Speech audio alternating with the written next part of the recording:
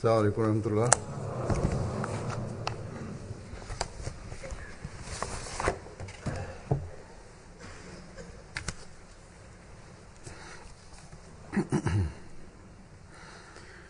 أشهد أن لا إله إلا الله وحده لا شريك له وأشهد أن محمدًا عبده ورسوله أما بعد فأعوذ بالله من الشيطان الرجيم بسم الله الرحمن الرحيم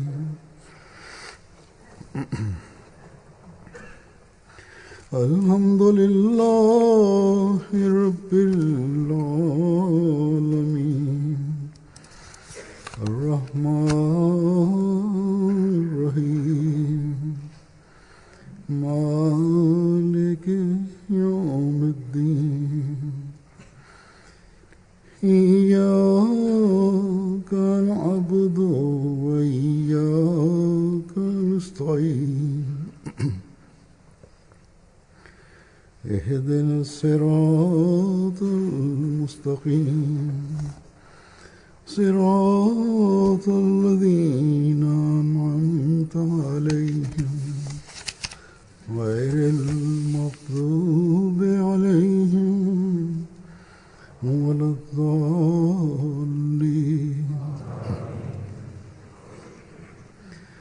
اعلموا أنما الحياة الدنيا لعب ولهو وزينة وتفاخر بينكم وتكاثر في الأموال والأولاد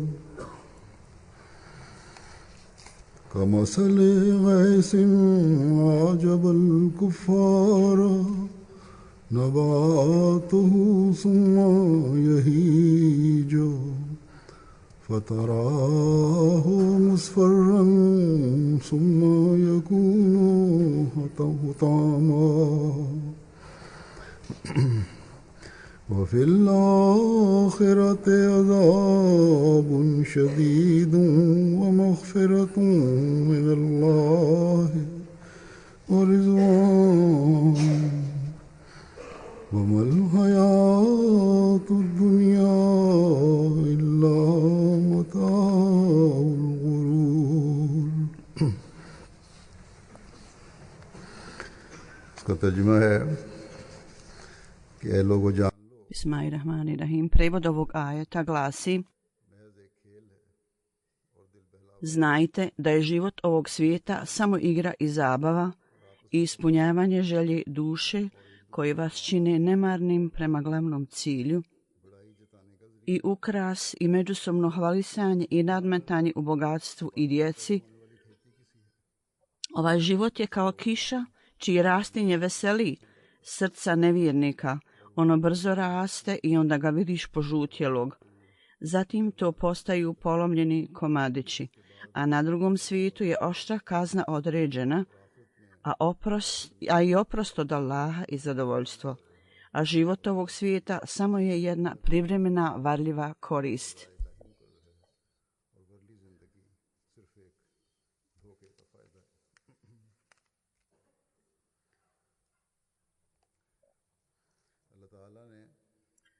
Uzor kaže Allah Đelešanhu je u časnom Kur'anu u nekoliko prilika skrenuo pažnju na ovu temu i zapravo nam dao upozorenje da život ovog svijeta i ove mogućnosti i metak i sve ove stvari da su samo privremene stvari i njihov položaj je to u stvari samo užitak i radost i ništa drugo. I čini osobu da ne pazi na Boga, ne obraća pažnju na Boga, Ovo su svjetovne stvari i čovjek može biti naklonjen tim stvarima, međutim vjernik koji ima vrlo visoke ciljeve i treba biti tako, on je daleko iznad ovih stvari i misli na visokom nivou, njegovo razmišljanje je na visokom nivou. I s ciljem da postigne ove visoke ciljeve i blizinu Allahu dželešanuhu i da dobije njegovu ljubav i on nastoji da to dobije, da to stekne i traga zatim. Mi koji vjerujemo u imama ovog doba i onom koji je došao u skladu sa predskazanjem časnog poslanika sallallahu alejhi obećanog Mesija alejhi selama i Mahdija, mi smo članovi njegove zajednice i mi tvrdimo da smo došli u njegovu zajednicu. Naše razmišljanje sigurno mora biti vrlo visoko. Mi koji sebe nazivamo Ahmedi muslimanima možemo biti istinski Ahmedi muslimani samo onda kad ove privremene svjetovne želje ne činimo te stvari ciljem svog života i svrhom svog života. Zapravo, svijet koji je utopljen u ove sve stvari i na svakom koraku šeitan je stavio takva mjesta ili takve stvari da svako ko živi na ovom svijetu, on nastoji da privuče njegovu pažnju. Šeitan nastoji da privuče njegovu pažnju. I sa svim naporima mi moramo da izbjegnemo ove stvari. Naša svrha nije da steknemo svjetovno bogatstvo i da uživamo svjetovne mogućnosti i sredstva. Mi ne treba tako da živimo i da radimo jer ove stvari nisu dobre. Allah dželešanuhu, dajući primjer ovih stvari, kaže da su ove stvari samo kao usjevi koji budu razbijeni u komadiće i vjetar to razduva, raznese. Takav je kraj ovih svjetovnih ljudi. Niti pretjerano njihovo bogatstvo, niti imetak nisu im ni od kakve koristi, niti njihovo potomstvo, njihova djeca im nisu ni od kakve koristi. Neki od njih u samom ovom životu su budu lišeni svoje djece i imetka na samom ovom životu. Iako ovisi o nekome u svjetovnom smislu, onda to nije dobro. Ako ovisite o svjetovnim stvarima. I na ahiretu će također biti polaganje računa. Jer su takvi ljudi bili potpuno izgubljeni u svjetovnim užicima. I nisu vodili brigu Allahu dželešanu i nisu posvećivali pažnju tome i nisu obraćali pažnju na to. I Allah dželešanu će kazniti onda takve ljude. Da, može biti da ako oni su počinili neka dobra djela, Allah dželešanu će oprostiti ovim ljudima zbog toga onda. I postupati prema njima na način da im oprosti. Allahova milost je vrlo široka. I pod sjenom te milosti neki ljudi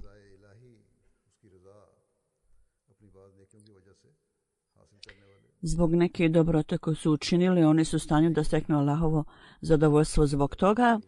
Međutim, treba da zapamtite.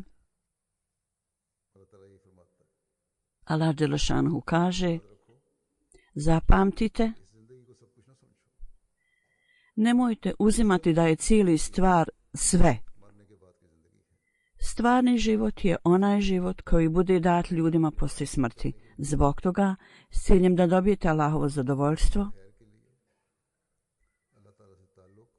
molite da imate dobar kraj i odnos sa Allahom, slijedite Allahove naredba. Slijedjenje Allahove naredbe je neophodno. Kad osoba nastoji da stekne Allahovo zadovoljstvo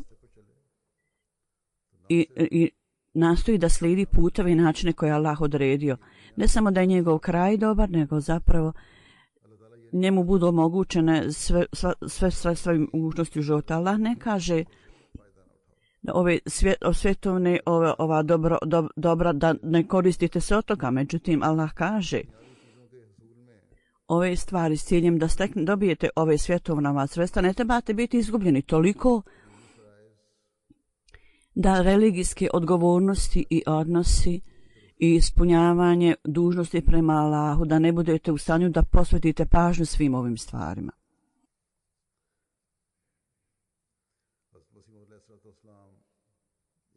Hazret obećani Mesija alejselam na jednom mjestu kaže: oni ljudi koji dođu od Allaha, oni napuste svjetovni život, a značenje toga je da oni ne čine ovaj svijet svojim ciljem ili krajnjim ciljem i svrhom. Oni zapravo napuste svijet u tom smislu i svijet u tom slučaju postaje podčinjenima. Ovi ljudi koji su protiv toga, koji uzimaju svijet kao svoj stvarni cilj, da li će biti u stanju da i oni nastoje da steknu što je moguće više svjetovnih sredstava, na kraju budu poniženi, osramoćeni. Ovo je nešto što je on spomenuo.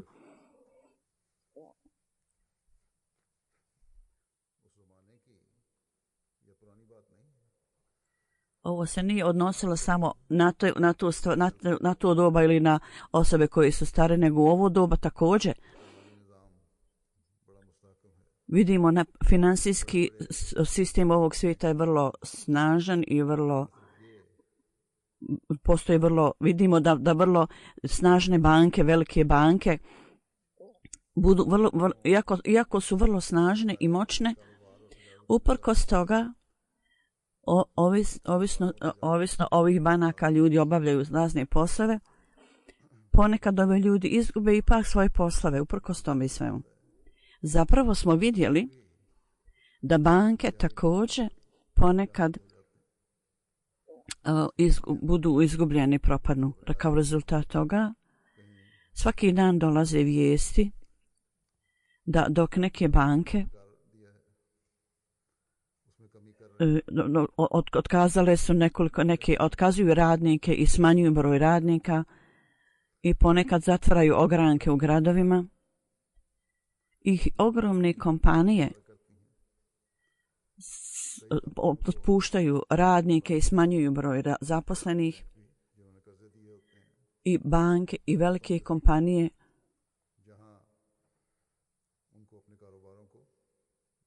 također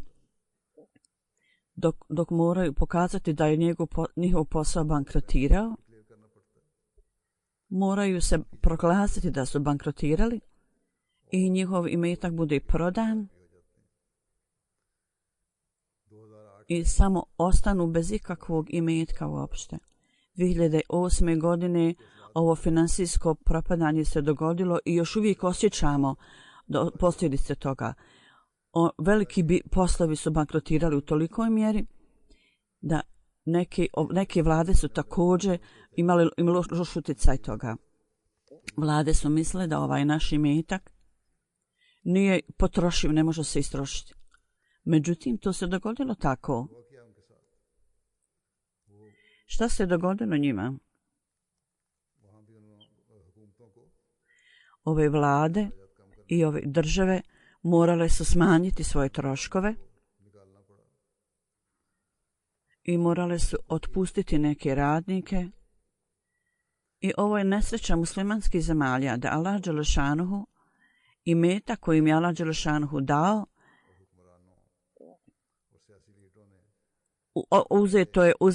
to su uzeli njihove vlade i kraljevi i vladari i umjesto da to troši za svoj narod, i umjesto da to učine sredstvima da steknu Allahovo zadovoljstvo i da to koriste zato, oni su to potrošili za svoje lično uživanje i tako rade. I bogatstvo od nafte i drugo bogatstvo koje im je dato, koje je trebalo da koriste da zaštite ljude i da pomognu u siromašnim zemljama da stanu na svoje noge. i da uklone siromaštvo svog naroda, međutim oni nisu obratili pažnju na to i počeli su da samo ispunjavaju svoje bankovne račune. Ovako je stanje u svijetu. Rezultat toga je da su oni poniženi pred očima ljudi, svijeta, svjetovno, međutim oni to ne razumiju. I također oni ne pogledaju na ahiret, on ne razmišljaju na ahiretu i ne razmišljaju o kazni o kojima Allah dželešanu upozorio ljude. I ovo je vrlo ponižavajuća kazna koja ih očekuje. U svakom slučaju ova stvar se ne može negirati da je svetovni imetak, bilo da se odnosi na ljude ili na velike poslovne kompanije ili lance, ili se odnosi na velike sile ili države. Upotreba toga dovodi osobu da zaradi Allahovu kaznu i Allahovu srdžbu. Ovaj život je na Allahu. Hoće li kazniti ljude ovdje, jer neka ljudi dobiju privremenu korist i kazna dolazi na drugom svijetu. Ovo je vrijeme za veliku brigu i zabrinutost, što treba svaku inteligentnu i mudru osobu da učini da se zamisli, pogotovo one koji vjeruju u Boga, čvrsto vjeruju u Boga. Uvijek treba da zapamte svi ljudi čitavo vrijeme, da pamte imaju na umu, ne samo prividno, nego u ibadetu i također da udovoljite Allahovim naredbama. Treba da imate želju i da ulažete napore da to ispunite. Ljudi kažu mi obavljamo namaz, mi obavljamo ibadet i postimo. Međutim, Allah dželešanuhu sredstva koja on stvorio, mi pokušavamo da koristimo to. Ljudi tako kažu kakva je greška u tome da to koristimo što je Allah stvorio, ta dobra. Mora biti predanost i odanost u ibadetu. To je ono što Allah kaže. Allah je rekao, vaš ibadet mora biti predanost i posvećenost. Drugo, od blagodati vi također dadnete udio u siromašnim ljudima. Šta se događa u našim društvima i da u zemljama gdje kraljevi s ciljem da imaju što veći užitak, oni uzimaju cijelu grupu ljudi i sva sredstva oni oduzimaju nekoliko miliona dolara su njihovi troškovi, a siromašni ljudi njihovih vlastitih zemalja podnose i veliku patnju. I čak neki od njih čak ne mogu dobiti jedan obrok dnevno hrane da jedu. Tako da ovo je negiranje Allahovih naredbi. S jedne strane oni uzimaju Allahovo ime, a s druge strane u njegovo ime oni negiraju, dok to koriste Allahovo ime, oni negiraju sve njegove naredbe. Ovi ljudi postaju žrtve Allahove srdžbe i Allahove kazne. I ovo je njihov samo užitak i razonoda i privremeno uljepšavanje. I ovo je pokazivanje, neprekladno pokazivanje njihovog imetka. Jednoj prilici, obično se je rekao, privremeni namaz i ako ne pokazuje predanost i posvećenost, nema vrijednosti. Pogled ovih ljudi, Allah je rekao u časnom Koranu, u prevodu, neka je uništenje na takve klanjače, za takve klanjače. Tako da zapravo u stvari ovo njihov ibadet, Allah traži zapravo od nas takav ibadet i takve postupke koji dovodi do popravljanja u našem duhovnom stanju. Prava ljudi, moramo ispunjavati prava ljudi s ovim osjećanjem i emocijama koji stvaraju jednu vrstu ljubaznosti i bola, osjećaj bola prema im ljudima, a ne kao da im učinimo neku uslugu i neku naklonost. Kad ove stvari dalje privraćaju Allahov blagoslov i Allahovu milost i takav imetak također osposobljava osobu da postane i primaoc blagoslova Allahovih. Allah dželešanu, kao što sam rekao, svjetovni imetak i bogatstvo, i Allah nije zaustavio ljude da zarađuju imetak svjetovni. Blagoslove koje Allah je stvorio sigurno su i za vjernike i one su odobrivi i zakonom odobreni. Kad ljudi to steču na odobriv način i zakoni način i da oni troše na Allahovom putu i također ispunjavaju prava siromašnih ljudi, oni treba da idu tim putem, a ne da staju na put obavljati drugih ljudi. Običan Mesija je bio jako zabrinut ovim stvarima, časni poslanik zapravo u pogledu svog umeta i rekao ta čista revolucija duhovna koju je stvorio on među svojim ashabima, i ovi ashabi su zaista dali prednost religiji nad svijetom i oni su vrlo dobro razumjeli ovaj duh. I to treba da se nastavi među muslimanima koji su trebali doći u budućnosti. Jednom prilikom časni poslanik sallallahu alejhi ve sellem jednom prilikom rekao u pogledu ljudi mog ummeta, stvar o kojoj se najviše bojim, o kojoj sam najviše zabrinut, je da moj ummet možda ode da slijedi sebične želje i da će se zauzeti u planiranju za budućnost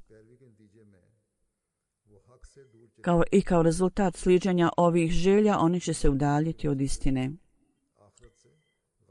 i planiranju o zarađivanju svjetovnih sredstava za život će ih učiniti nemarnim o životu budućem u ahiretu. I rekao, ovi ljudi, ovaj život ima opskrbu, a također je drugi svijet spreman da dođe. Dakle, putovanje na oba strane započinje. Svijet ide ka svom kraju, jer će doći sudnji dan i bit će polaganje računa i također se obavljaju pripreme za to. I on je rekao, ima nekih ljudi koji su sluge oba.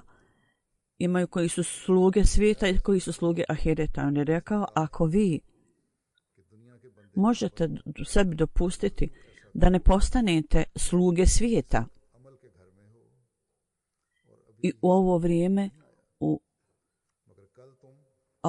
dok ste u kući, a nije vrijeme došlo polaganje računa, međutim sutra će doći budući život i sve postupke koji ste tražili kao rezultat toga će biti prisutni i rezultat će biti podaren.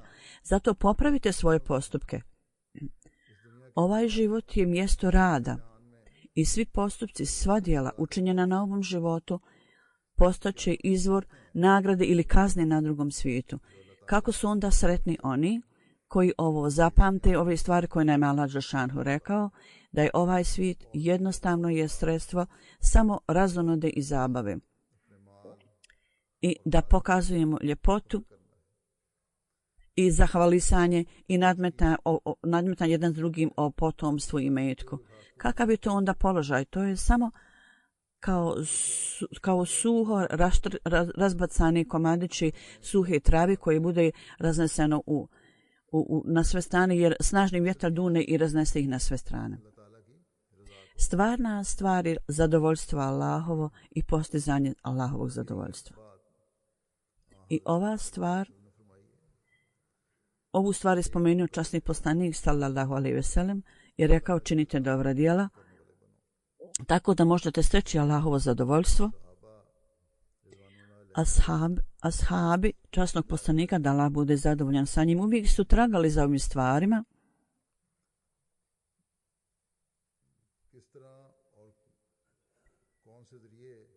kako i na koji način da nauči i da razumiju šta da rade, kako da rade, da steknu Allahovo zadovoljstvo i da budu u stanju da čini dobra djela. I oni su pitali časnog poslanika sallallahu alejhi ve sellem u pogledu toga. Za samo ovu svrhu jedna osoba je došao u blagoslovljeno društvo časnog poslanika i pitao časnog poslanika: o Božji poslaniče, molim te, reci mi nešto na koji, da ako ja to budem radio, Allah dželešanuhu će početi da me voli, zavoljeti me i da me sve osobe počnu voljeti, da ima Allahovu ljubav i da ima ljubav ljudi. Časni poslanik sallallahu alejhi ve sellem je rekao: izgubi svoj interes i vezanost za svetovne stvari, Allah će te voljeti. I šta god je u rukama ljudi, kao što je svetovni imetak, nemoj imati nikakve želje da to otmeš, da to uzmeš. Nemoj gledati prema ljudima sa pohlepnim očima. I nemoj gledati na posjed drugih ljudi s pohlepom i zlobom, i ljudi će te onda također zavoljeti. Nedostatak interesa za život ne znači da osoba se potpuno odsjeće od društva i da bude potpuno presjeće svoje veze sa svijetom. Da se ne ženi i da ne ispunjava dužnosti prema djeci i da ne ispunjava dužnosti prema ženi i posao koji radite to napustite i da samo sjedite besposleno, beskorisno i da ne obavljate nikakav naporan posao za svetovne stvari i da samo gubite vrijeme. Allah ne voli to, Allah mu se to ne dopada. Mi imamo primjer časnog poslanika pred sobom, ko on se oženio, on je ispunjavao dužnosti prema ženama i prema djeci i ispunjavaju dužnosti prema djeci koju je imao i također imaju imetak. Ponekad je imao veliko krdo povremeno neke stoke hajvana. Prema jednom hadisu, bez ikakve brige, on je samo sve to dao jednoj osobi, nije uopšte bio pohlepan zatim. I ta osoba je na kraju postao musliman, ta čovjek je postao na kraju musliman. Međutim, časni poslanik sallallahu alejhi ve sellem, uprkos što je imao sve ove stvari, on je ispunjavao svoje dužnosti prema ljudima i rekao je: vi treba da slijedite moju tradiciju, jako je važno i neophodno za vas. Nemojte postati kao oni ljudi koji zaboravljaju svijet i da svjetovni ljudi svjetovne stvari ostanu tu. Činjeći tako, kao što sam rekao, nije ispravan put. Kao što sam ranije rekao, ispravan put je ispravan način da svijet ne smije stati kao prepreka na vašem putu ibadeta i ne smije vas zaustaviti da ne slijedite Allahove naredbe. Kad postanemo zauzeti u zarađivanju svjetovnog imetka i opskrbe, to nas ne smije učiniti nepažljivim i nemarnim prema ibadetu. Slično tome, mi ne smijemo bacati pohlepne oči na imetak drugih ljudi, jer ova pohlepa je nešto što stvara misli na što tim ovim ljudima. I onda stanje u svijetu je povod toga. Velike moći, oni svoje oči drže na malim zemljama zato što žele da oduzmu njihov imetak i bogatstvo koje im je dato. I misle da će želi da se od toga okoristi. Nered u svijetu je također zbog toga, bilo da je to između ljudi, između velikih sila. Oni koji uvijek uzimaju imetak drugih zemalja, to je pogrešno. Ne smijete bacati pohlepne oči na imetak drugih ljudi. Jest vaš imetak i sposobnosti i mogućnosti i to vam je Allah dao. Radite naporno i treba da radite naporno i nema nikakve štete da zarađujete imetak pod uvjetom da taj imetak bude potrošen na Allahovom putu i također da ispunjavate dužnosti prema ljudima. Taj imetak ne smije stati na vašem putu tih obaveza. Imetak svetovni primjer toga je, časni poslanik je dao primjer o tome i rekao je da izgubljenje interesa za ovaj svijet ne znači da čovjek nešto dopušteno učini nedopuštenim. Stvari koje su dozvoljene, da se to učini nedopuštenim, to nije značenje toga. I da uništavate svoj vlastiti imetak. Niti to znači da je Allah dželešanuhu vam dao imetak da vi to uništite. On je rekao Ovo znači da vi morate vjerovati u Allahovo oprost i blagoslov. Nemojte ovisiti o imetku, nego ovisite o Allahu dželešanuhu i gdje god je za vas teškoća, nagrada koju ćete dobiti, uvijek trebate imati oko na tome da ćete dobiti nagradu za to. I sve to trebate smatrati načinom da steknete Allahu blagoslov i da radite u tom smislu. Ako postoji teškoće i gubitak imetka koji podnesete kao rezultat, niko ne smije da plaće i jeca na tim. Može biti da treba da misli da vas Allah možda iskušava time i treba da priđete preko toga. Stvarna stvar je da svjetovni imetak, kada dođe gubitak svjetovnog imetka, ljudi ne smiju biti plakati i jecati nad tim i da to čovjeka dovede u položaj da postavlja partnere sa Allahom. Ima nekih bogatih ljudi, kada imaju financijski gubitak, oni poludeju, neki čak čini samoubistvo. Ako ovisite o Allahu, onda je tu zadovoljstvo. I onda se ovako stanje nikad neće dogoditi ljudima, kao što sam prethodno rekao, da čini čak samoubistvo i da očajavaju. Časni poslanik sallallahu alejhi ve sellem od nas, od vjernika, od ljudi svog ummeta, on želi ovakvu vrstu zadovoljstva i nedostatak interesa u svjetovnim ciljima. To je standard koji on od nas očekuje. Allahovom milošću u ovo doba Allah dželešanuhu je podario ove stvari nekoliko Ahmedi muslimana, nekoliko broja Ahmedi muslimana, zbog činjenice da su oni vjeruju u obećanom Mesiju alejhi selam, oni su stekli ovu odliku da svjetovni gubitak za njih nije ništa bitno i oni smatraju da ove okolnostima postoji i gubitak i da onda trebaju u tom sredu da se još više poklone Allahu, da još više čine ibadet. I kad vidimo u Pakistanu i u nekim drugim mjestima ponekad za hiljadama i za milionima biznisa i poslova budu zapaljeni i uništeni. Jedan put, jedan ministar, čini mi se, zemlji, koji je rekao: ja ću u ruke Ahmedi staviti prosjački štap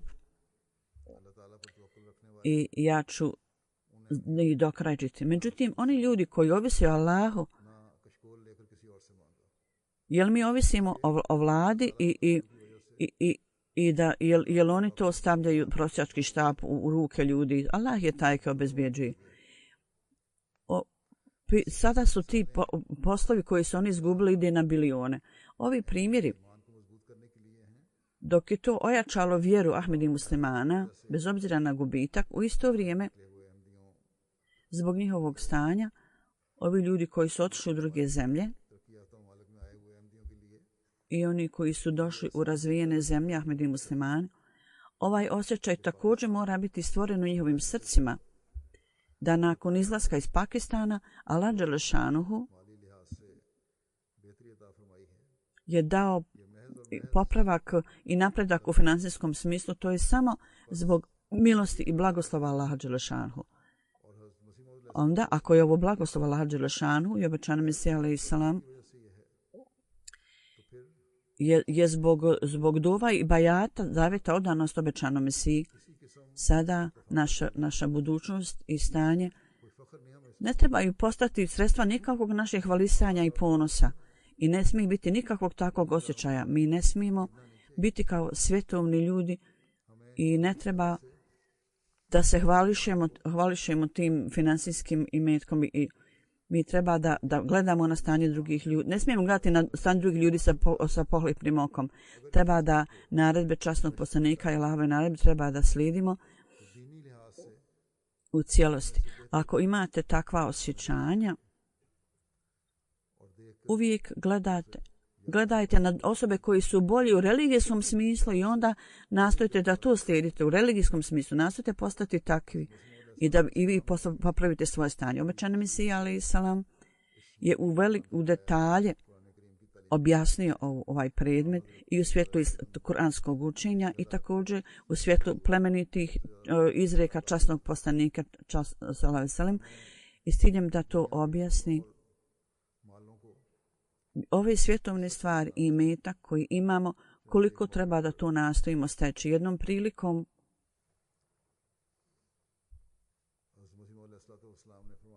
obećani Mesija alejhi selam je rekao, Allah dželešanuhu je odobrio da idemo, da stičemo ova svjetovna stvari nekad kušnje dođu na ovom putu.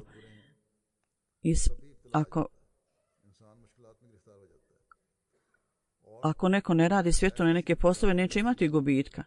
Međutim, rekao je, zbog tih kušnji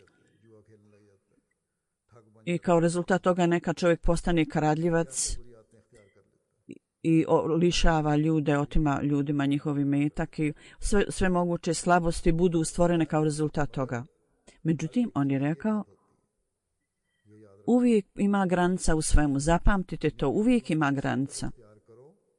Dakle, ove svjetovne stvari trebate steći do tačke da možete dati pomoć u religijskim stvarima. Ovo je stvarni cilj i vaš cilj, to treba da bude i da steknete religijske stvari. I vaša vjera nikada ne smijete nikad vjeri dati drugi položaj. Sve ove stvari možete sticati, ali uvijek imajte strah od Allaha i bogobojaznost od Allaha u svom srcu i učenje religije uvijek mora biti pred vama. On je rekao, mi ne zaustavljamo nikoga da uđe u svjetovne stvari i ne kažemo da dan i noć budete potpuno izgubljeni u tome i onda nastojite da ispunjavate dužnosti prema Allahu na ovaj način. I da zaboravite Allaha i da uvijek budete zauzeti u svjetovnim stvarima i u vrijeme namaza vi budete zauzeti, gledate video i druge svjetovne programe gledate. On je rekao, ako neko tako čini, onda on postaje lišen i njegova tvrdnja je samo jezikom, a nije stvarna izreka iz srca. I živite u društvu živih ljudi u duhovnom smislu, znači ćete vidjeti Allahove blagodati i milost. Na jednom mjestu Mesija je rekao, niko ne smije razumjeti da čovjek treba potpuno presjeći svoje veze sa svijetom. Ja ne mislim, nisam to rekao. Niti je Allah dželešanu zaustavio bilo koga da stiče svjetovni imetak. Nego Allah dželešanu je zabranio ovo stanje neženstva. Ovo je položaj kukavica i odnos mumina vjernika čini ga sve više da uvećava svoj položaj, ali svjetovni imetak ne smije biti cilj vjernika jer njegov cilj mora biti religija i vjera. Ovaj svjetovni imetak je nešto kao nešto počinjeno njegovim stvarnim ciljevima. Imetak ne smije biti vaš stvarni cilj, nego svrha iza toga mora biti religija. Isticanje imetka na ovaj način treba onda postati počinjeno religiji. Kao kad osoba putuje i poduzima putovanje s jednog mjesta na drugi, on ponese sa sobom neku opskrbu na put. Stvarna svrha je da stigne na odredište gdje je krenuo, a ne način putovanja ili neka druga sredstva. Slično tome čovjek treba da stiče svjetovne stvari, ali da to uzme kao počinjeno religiji. Dakle, u vezi s ovim, on je spomenuo ibadet koji nam dova. Rabbena atina fid dunja hasanatan wa fil ahireti hasanatan wa qina azaban. I kaže Allah dželešanu se poučio ovoj dovi i dao nam je ovo učenje Rabbena atina fid dunja hasanatan wa fil ahireti hasanatan. U tome Allah dželešanu je stavio svjetovne stvari koje su dobre, koje su lijepe. I ove svjetovne stvari koje postaju sredstvo sticanja dobra na drugom svijetu, na ahiretu. I kaže nam da molimo Allah za te stvari. I mumin uvijek treba da misli o tome, o dobrim stvarima za ahiret, o životu koji će doći u budućem životu. Sve dobre stvari koje su tamo, koji su tu, koji zarađuju ahiret i da stičemo sve dobre stvari za dobro drugog svijeta, za dobro ahireta. I kao rezultat toga možete steći dobrotu i dobre stvari. a ne one stvari koje izazivaju povredu i štetu drugim ljudima. Niti to smije biti nešto što će postati nešto šteta prema drugim ljudima i onda će ove stvari postati sredstva za dobro na drugom svijetu. I u pogledu kazne i dženneta on je spomenuo i džehennema zapravo. Šta je džehennem? Jedan džehennem ili pakao je ono što Allah dželešanu spomenuo poslije smrti. I ako život čovjeka nije radi Boga, to je kao džehennem u samom ovom životu.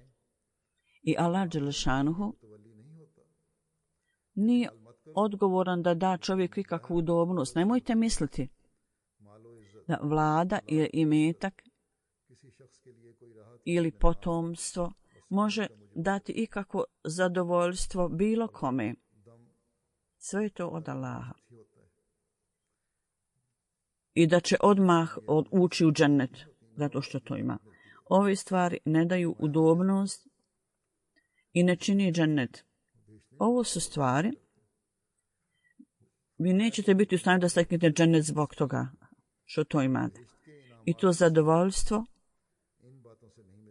koje su blagodati dženneta, oni budu postignuti na način da živite radi Allaha i da umrete radi Allaha. Allah dželešanu da bude uvijek ispred vas i da sve dobre stvari, da stičete svjetovne stvari u svrhu ahireta i da to postižete na taj način. I sve dotle dok Allah nije uvijek ispred vas i da razmišljate da Allah uvijek gleda na vas, ne možete postići taj položaj. Hazreti Ibrahim i Hazreti Jakub, ovo je bila volja ovih ljudi u prevodu.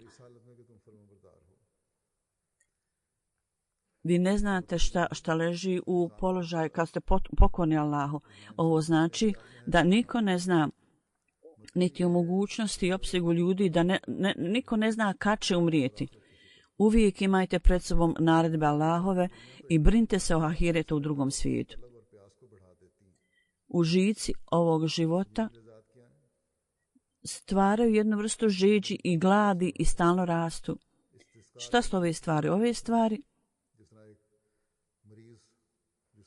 uvećavaju glad i žeđ ljudi isto kao ljudi koji nikad ne mogu da se zasite i kao stalno pati od žeđi. On pije i nastavlja piti i dokrajči vodu, istroši svu vodu, a nije zasitio se. Ovo je način sticanja svijeta. Stalno vaša želja će rasti. I tako ljudi umru u tom stanju. Dakle, ove beskorisne želje, to je vatra. To je također jedna vrsta vatre i džehennema. I ovo je džehennem koju osoba dobiva na ovom svijetu također. I ovo je vatra koja mu ne daje nikakvo udobnost i zadovoljstvo. Zapravo je on stalno uznemiren. Huzur kaže, moji prijatelji, ja vas pozivam da ova stvar ne smijete uklanjati svoje oči od svijeta, nego vaš imetak, vaša djeca. I u ljubavi prema svim tim stvarima ne smijete zaboraviti ove druge stvari, da onda između vas bude stvorena zavjesa. Uvijek imajte Allaha na umu i kaže, imetak i djeca su kušnja na ovaj način, jer je u tome iskušenje. I onda ako osoba bude udaljena od toga, on pokazuje uznemirenost i brigu i kao rezultat toga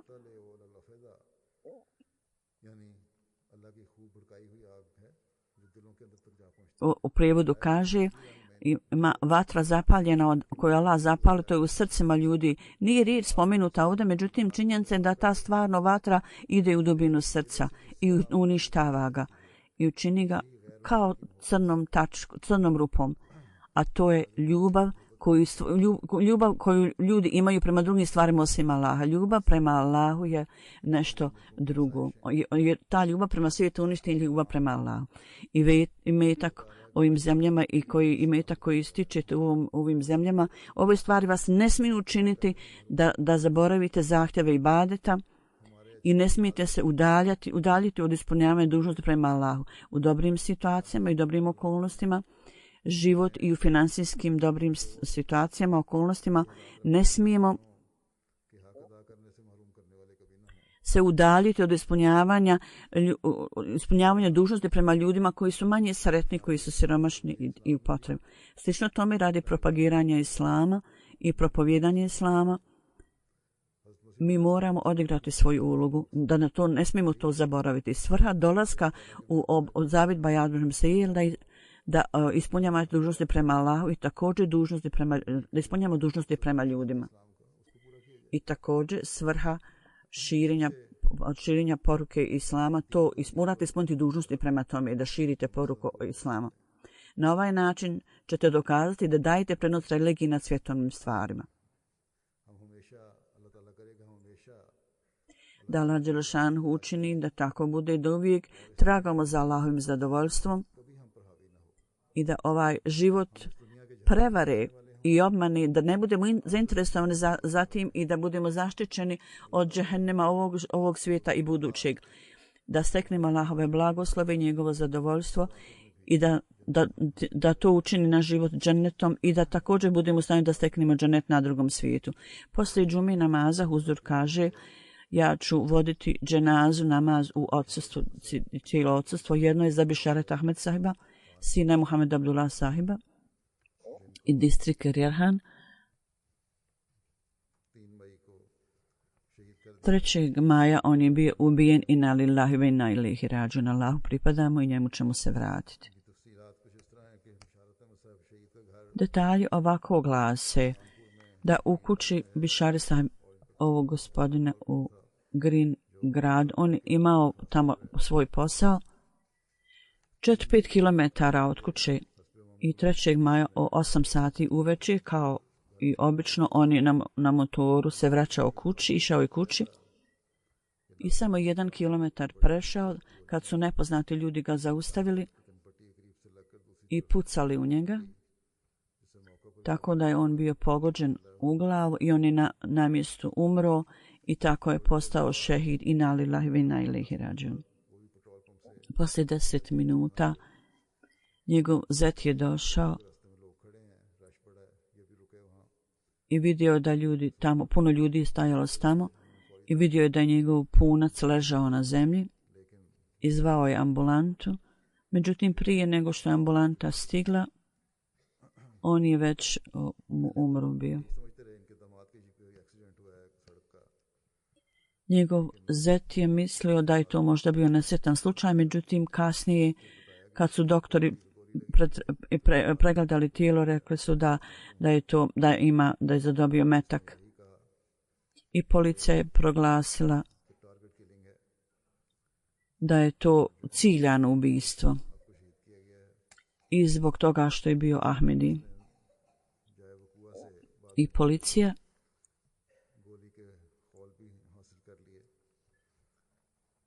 Oni su pratili metak od tog slučaja. Ahmedijet je došao u familiju ovog umrlog kroz njegovog oca, Muhammed Abdullah sahiba, u toku perioda drugog halife. Prije stvaranja Pakistana on je dao Zavid Bajata. 1947. njegova familija je onda preselila u Pakistan. Bakar, 55. on je bio rođen i rano obrazovanje je imao u svom selu i poslije toga činjenju Rabba on je tamo se dalje obrazovao, školovao, imao je posao Tiridam i neko vrijeme je išao u Dubaj. Kad se vratio, smjestio se u Karači, imao je neki posao sa autima. I 85. kad se situacija pogoršala u Karačiju, on je prešao u Hanpur i tamo osnovao neki svoj valjda posao. Ovaj šehid je bio također Musi, imao je 62 godine u vrijeme ubistva. On služio u raznim svojstvima, bio je predsjednik džemata, također bio generalni sekretar drugog odjeljenja, bio je čovjek velikih vrlina, vrlo ljubazan, vrlo radosna, vesela osoba. I drugi ljude je razveseljavao i sve dužnosti koje su mu bile date uvijek je to ispunjavao sa velikom predanošću i naporom. Džamija u Hanpuru, Džemat Ahmedija džamija. On je pazio na džamiju, vodio brigu i tamo radio i čuvao je vrlo urednom i čistom. Također je bila bašća oko džamije i on je pazio na bašću i tamo ozelenilo. Obavljao je tamo dužnost također u brizi o tom. Bio je vrlo redovan u davanju doprinosa i u ime svoje familije također je također dao doprinos. U stvarima finansijskih transakcija bio je vrlo čist i vrlo pošten i redovan u namazima. Imao je vrlo strogu vezu sa hilafetom i također isto savjetovao svoju djeci. Njegova žena ima ženu i 2 sina i kćeri. Da Allah dželešanu uzdigne njegov položaj i da Allah dželešanu uvijek njegove potomke čuva blisko vezanim sa hilafetom i zajednicom. Druga dženaza je za Tahir sahibu. Ona je bila ćerka Tahir sahiba, bila je profesor na univerzitetu 17. aprila. Radila je na univerzitetu, bila je napadnuta nožem i ona je također postala šehid. Iako je ta osoba došla da nešto ukrade, međutim kad je vidio da ga je ona vidjela, on ju je napao. Tu biti Ahmedi u Ahmedijatu daje dozvolu drugim ljudima da oni mogu da ubiju Ahmedi muslimane. Tako da je ovaj također čovjek bio hrabren time i također onda je vidio je da je bio uhvaćen i viđen. On vidio da je ona bila sama u kući, napadnuta je nožem i bi postala šehid.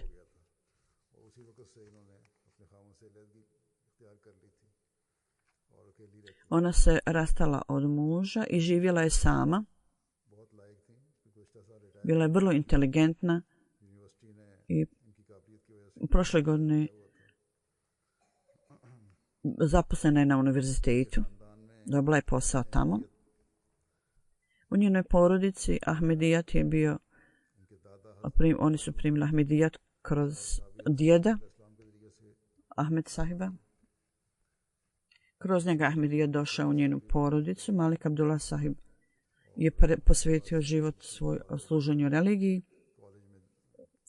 i dugo vremena je služio u raznim svojstvima i također poučavao religijske predmete na koledžu. U vrijeme osnivanja Pakistana je služio odjeljenju obezbeđenja. 53. bio je zatvoren.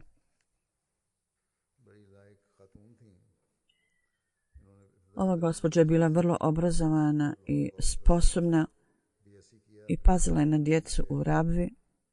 Diplomirala je na Punjab univerzitetu.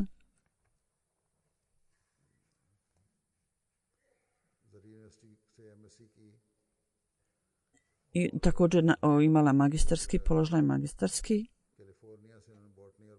I onda iz Kalifornije neki rad isto tamo radila, vjerovatno za to svoj polje nauke, da Allah dželešanu ima milosti za ovom mrtvom gospođom i da uzdigne njen položaj. Njena kćerka je bila udaljena od zajednice i da Allah osposobi njenu kćerku da se vrati zajednici, da se pridruži zajednici. Tako da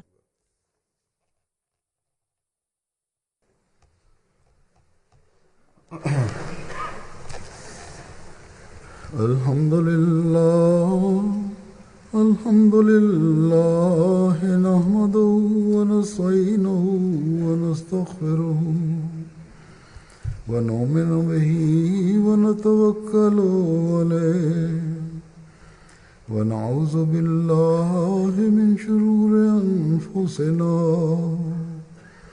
wa min sayyiati a'malina